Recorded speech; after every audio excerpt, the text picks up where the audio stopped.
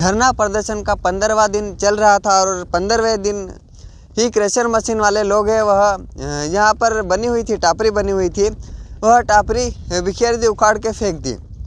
नमस्कार, मैं इस वक्त मौजूद हूँ मध्य प्रदेश के झाबुआ जिले के तहसील थानला के ग्राम पंचायत मानपुरा पर, जहाँ पर क्रशर मशीन को निरस्त करवाने को लेकर एक आंदोलन चल रहा है। शुरुआत से हम इस आंदोलन के बारे में मैं बता देता हूं आपको कि इस क्रशर मशीन को निरस्त करवाने के लिए 26 जुलाई को दुर्गेश खड़िया यहां पर भूख हड़ताल पर बैठते हैं और 29 जुलाई को एक महापंचायत आयोजित होती है। इस महापंचायत में 7 दिन का अल्टीमेट देते हैं अधिकारियों को और पटवारी, तहसीलदार और राजस्व विभाग अधिकारी यहां पर पहुंचते हैं और पानी पिलाकर भूख हड़ताल तुड़वाई थी। उसके बाद 7 दिन पूरे होने के बाद 7वें दिन ही क्रशर मशीन वाले लोग हैं वह जेसीबी लेकर यहाँ पर काम चालू करने के लिए वापस यहाँ पर आ गए थे। तो दुर्गेश भाई वापस 4 अगस्त को धरना प्रदर्शन पर बैठ जाते हैं और आज 20 अगस्त है और आज धरना प्रदर्शन का 16वां दिन है। यहाँ पर 15वें दिन ही यहाँ पर क्रशर मशीन वाले लोग हैं वह यहाँ पर आते हैं और जहाँ पर जो बनी हुई थी टापरी, उस टापरी को यहाँ पर बिखेर देते हैं, तोड़ दिया जाता है। आइए हम दुर्गेश भाई से ही जानते हैं। आज धरना प्रदर्शन का 16-17 दिन हो गए हैं और यहाँ पर एक टापरी बनी हुई थी, वह भी जो क्रशर मशीन वाले लोग हैं उन्होंने यहाँ पर बिखेर दिए, उखाड़ के फेंक दी है। जी, सबसे पहले तो मैं सर्व आदिवासी समाज को संदेश देता हूं कि आप लोग सब जागृत हो, गुंडा माफियाओं से बचे। और जोहार, नमस्कार, और आपके चैनल को भी नमस्कार करता हूं। आज करीबन मेरा 16वां दिन है। मैं यहीं पे कंटिन्यू रोज़ाना लगा रहता हूं, रात्रिकालीन भी यहीं रहता हूं। पर मेरे पिताजी की तबीयत ख़राब होने के कारण मैं एक रात शाम में मैं नहीं आ पाया और मेरे और भी साथी थे, उनके भी घर में एक आध छोटी बच्चियां हैं, लड़के हैं, उनकी भी कुछ तबीयत ख़राब थी। 1-2 ऐसे थे कि बेचारे वो आ नहीं पाए, क्योंकि यहाँ डर और माफियाओं, गुंडाओं का भी डर है, जान को भी खतरा है, तो अकेला रहना भी थोड़ा मुश्किल है यहाँ। तो इन लोगों ने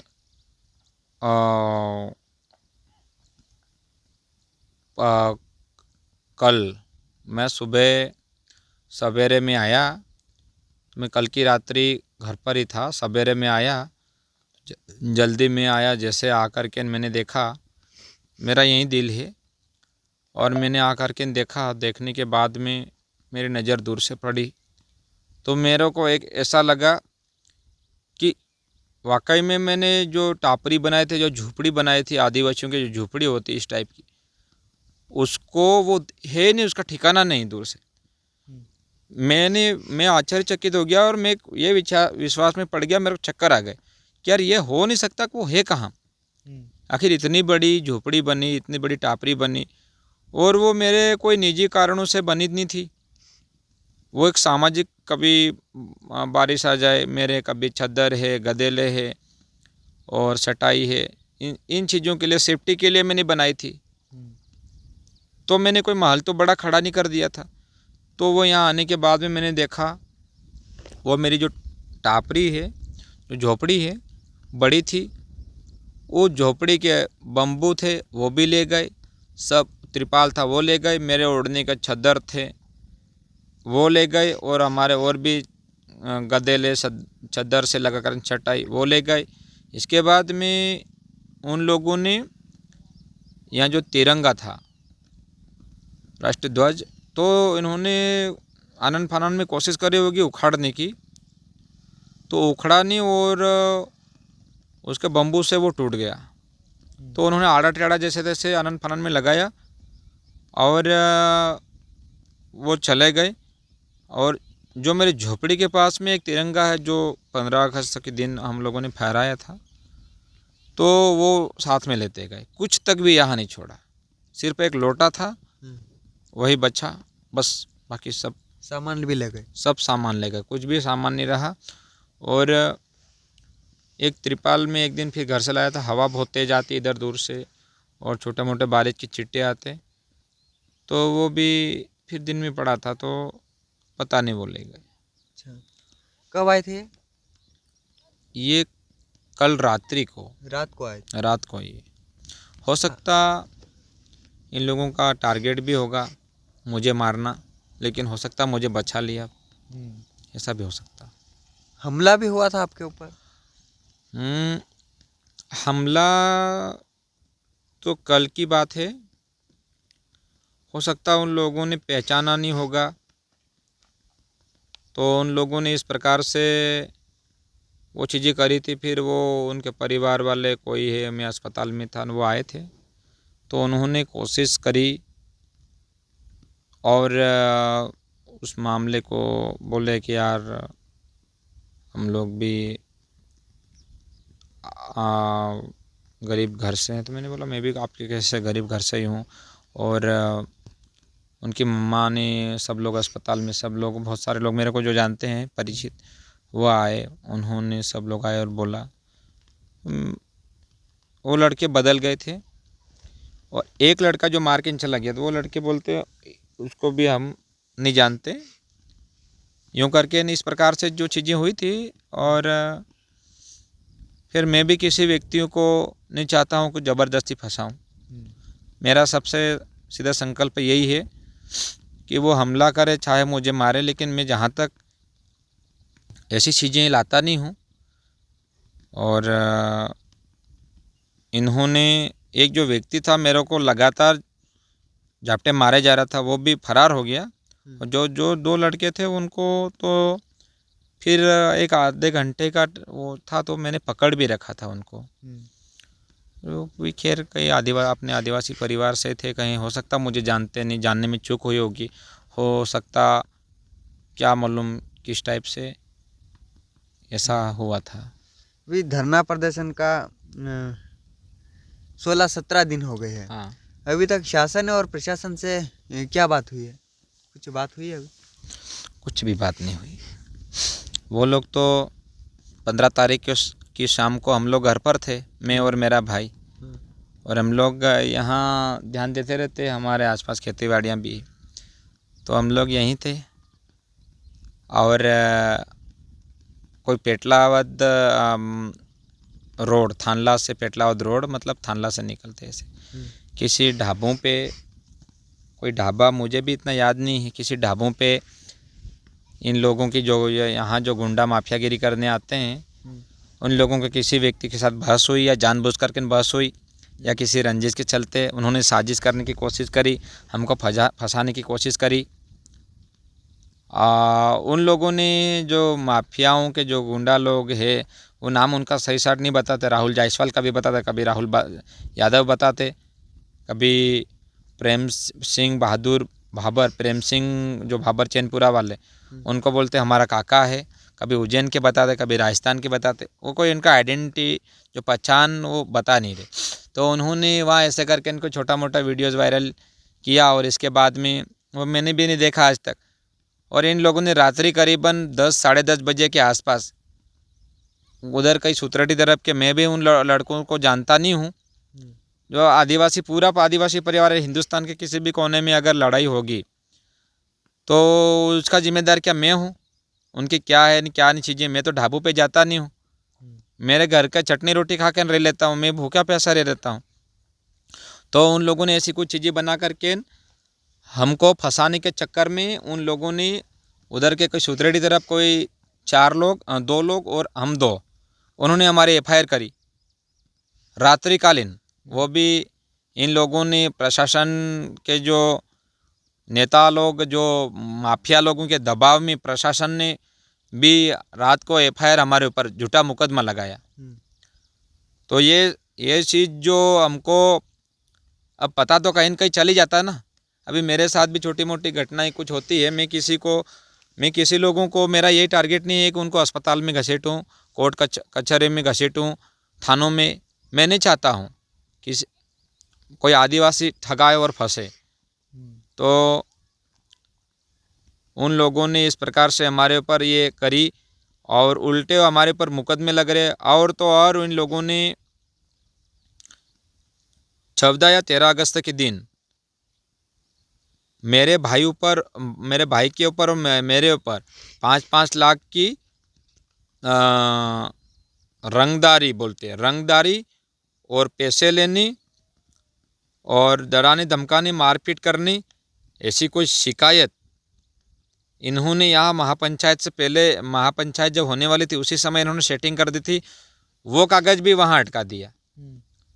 तो इनका सीधा सीधा टारगेट है कि हम लोग जेल में जाएं, हम लोग जेल में रहें और ये शांतिपूर्वक यहाँ 3-4 खदानें चलाएं आराम से शांतिपूर्वक। और तो और अभी जो जिस दिन एक दिन लड़ाई हुई उस दिन इन लोगों ने जो अपन ढाबे की, जिस ढाबे की बात कर रहे हैं, उस ढाबे की लड़ाई हुई, तो उस ढाबे की लड़ाई हुई उस दिन उन लोगों ने भी ऐसा ही लिखवाया कि मतलब हमारे साथ मारपीट हुई, गाली गलौज करी इन लोगों ने और 450 रुपये निकाल लिए। तो मैं क्या 450 रुपये का भूखा हूँ क्या?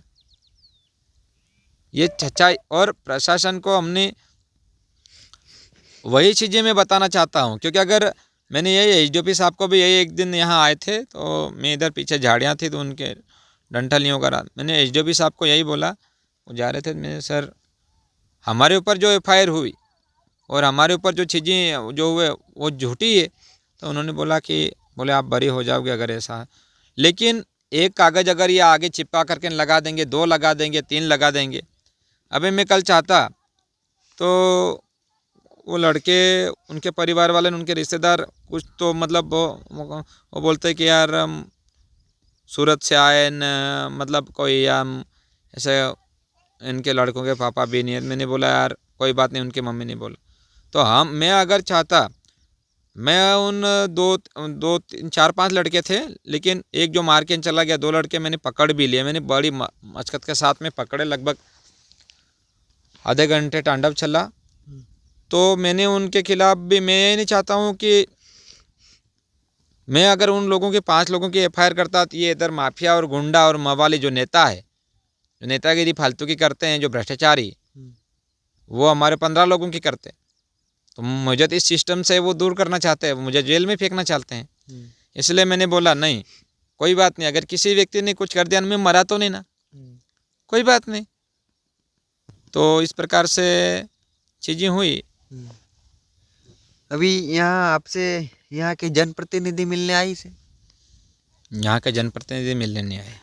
नहीं आए। वो तो चाहते हैं कि ये लोग, ये व्यक्ति मर जाए, ये एक्सीडेंट में मरे, गोली से मरे, तलवार से मरे, मारपीट से मरे, मतलब ये मर जाए, यूँ चाहते। ये रहना नहीं चाहिए यहाँ, क्योंकि उन लोगों ने जो लोगों से अंधाधुंध पैसा ले रखा, उन जनप्रतिनिधि की यहाँ पार्टनरशिप ही है ना भैया। अच्छा। हाँ, क्योंकि उनके पद का जो है वो दुरुपयोग कर रहे, भ्रष्टाचार कर रहे हैं, उनके पद का दुरुपयोग कर रहे हैं ना। अगर बाई चांस आपको किसी पंचायत का सरपंच बना दिया जाए, तो सरपंच को गांव का विकास, जल, बिजली, सड़क, मकान, कुएं और पुलिये, तालाब, अन्य ऐसी जो स्कूलें, अच्छी शिक्षाएं, जो गांव की मूलभूत जो आवश्यकताएं हैं उसको पूरा करने के लिए बनाते हैं ना। तो उसको पूरा करने के बजाय ग्राम पंचायत के सरपंच एनओसी उनको, उनकी मनमर्जी से उनको एनओसी दे रहा, ग्राम सभा उनके घर की ग्राम सभा का फर्जी साइन करके दे रहा। तो ये सरासर गलत है। और जब ये तो अभी बात खुली हुई तो ये चीज़ें सामने आई, नहीं तो ये अभी ये एक लगती, एक वो खुदना चालू हो गई थी, एक इधर पीछे थी, ये तो गर्मी में तीनों की तीनों हो जाती, चालू हो जाती।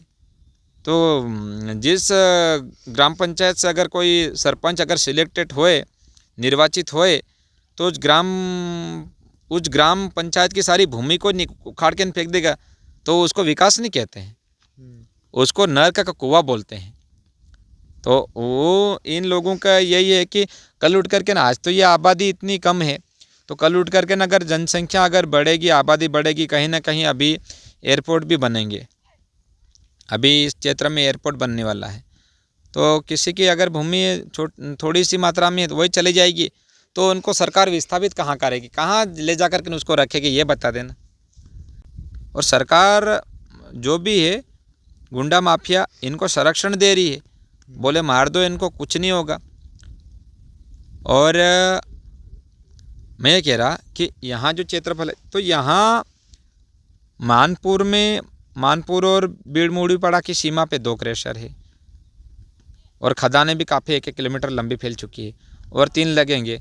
तो मानपुर, बीड़-मुड़ीपड़ा, मियाटी, परवलियाई और ये खजूरी है, ये कलदेला, बेड़ावा, टीमरवानी, उदयपुरिया से लगा करके आसपास के एरियो में तो ब्लास्टिंग की वजह से पानी भी नहीं रह पाएगा। और ये लोग विस्थापित कहाँ करेंगे? ब्लास्टिंग होते है तो पानी रहेंगे, कुओं में पानी नहीं है, अभी सूख रहा है, और दीवारें भी दरारें हो जाएगी। लोगों को ब्लड प्रेशर बढ़ना है ब्लास्टिंग होने से। जैसे मैंने कई मीडिया के साथियों को बता चुका हूँ कि जो माँ के गर्भ में पल रहे बच्चे के अंग पूरी तरह से बन नहीं पाएंगे, वो सुन भी नहीं पाएंगे, हार्ट में छेद बन जाएगा। मतलब इस प्रकार से, मतलब बहुत कुछ ऐसी बीमारियाँ जैसे कि अस्थमा है, सिलिकोसिस है, ब्लड प्रेशर है, इसके बाद में सुनाई नहीं देना, अंधापन और अन्य इस प्रकार की बहुत सारी बीमारियां हैं जो मौत के कुएं हो जाएंगे। और बहुत सारे लोग आवागमन भी रहेगा तो उससे ब्लास्टिंग होंगे तो पत्थर उनके ऊपर भी गिरेंगे तो वो भी मृत्यु स्वाभाविक है। पास में बड़े बड़े ऐसे रोड है, नेशनल रोड है, तो उसके ऊपर भी पत्थर गिर जाएंगे, कोई गाड़ी आएगी, स्लिप एक्सीडेंट होने का संभावना रहेगा, पलटी खाने की संभावनाएं रहेगी। ऐसी अन्य जो चीज़ें हैं, जो समस्याएं हैं, उनका सामना करना पड़ेगा। और स्वाभाविक है कि इधर तालाब बने हुए हैं, 8-10-20 तालाब, वो भी तो नष्ट हो जाएंगे। तो ये जो सरपंच भी पंचायत का दुरुपयोग कर रहा, मतलब लंबे समय से ये लोग जो भी है मिल कर के जो उनके पद का दुरुपयोग कर रहे हैं। अभी यहाँ वाटर शेड का भी काम हो रहा है, माल मवेशी कहाँ जाएंगे, गाय भैंस बकरी है, आप देख सकते हो, ये चीज़ें हैं। तो अभी आगे तक धरना प्रदर्शन जारी रहेगा? हाँ, मैं मर क्यों ना जाऊँ, मैं तो भले हॉस्पिटल में जाऊँगा, वापस आऊँगा, धरना प्रदर्शन जारी रखूँगा, और मैं चुप नहीं बैठूँगा। तबीयत भी ख़राब है अभी? हाँ, तबीयत तो ख़राब है मेरे, आपको दिख भी रही है, क्योंकि अगर मैं किसी के ऊपर हाथ चला दूँ तो मेरे को जेल भेजेंगे। कुछ भी मैं गलती, अगर मेरे मतलब मैं गलती नहीं भी कर रहा हूँ तो भी मेरे पे ये चीज़ें हो रही है, तो स्वाभाविक है अब सामना करना पड़ेगा। जल जंगल ज़मीन के लिए क्यों ना मर जाऊँ, यही तो आदिवासियों का अधिकार है, आदिवासी कैसे बचेंगे। तो इसलिए मैं जब से बैठा हूँ तब से मैं मरने के बारे में कोई विचार नहीं रहा हूँ। मेरी जान को तो खतरा है सही, प्रशासन भी नहीं सुनेगा और प्रशासन उन लोगों के ऊपर कार्रवाई भी नहीं करेगा। हाँ, समाज देखेगा फिर, पर समाज को भी ये संदेश पहुँचेगा कि यार एक था दुर्गेश खड़िया करके, बहुत लड़े थे, उस व्यक्ति में बहुत बड़ी हिम्मत थी, तो समाज के ऐसे हजारों दुर्गेश खड़िया, लाखों दुर्गेश खड़िया जागेंगे, ये मुझे विश्वास है, मुझे विश्वास है। धन्यवाद। तो अभी क्रशर मशीन वाले लोग हैं, उन्होंने यहाँ पर झोपड़ी एक बनाई हुई थी, वह झोपड़ी तोड़ दी है और धरना प्रदर्शन के 16-17 दिन हो गए हैं। अभी तक यहाँ पर शासन प्रशासन बातचीत करने नहीं आया है और यहाँ के जनप्रतिनिधि भी अभी तक मिलने यहाँ पर नहीं पहुँचे हैं। इस पूरे विषय पर आप अपनी राय कमेंट बॉक्स में ज़रूर बताएं। देखते रहे द वॉइस रिपोर्टिंग। बहुत बहुत धन्यवाद। और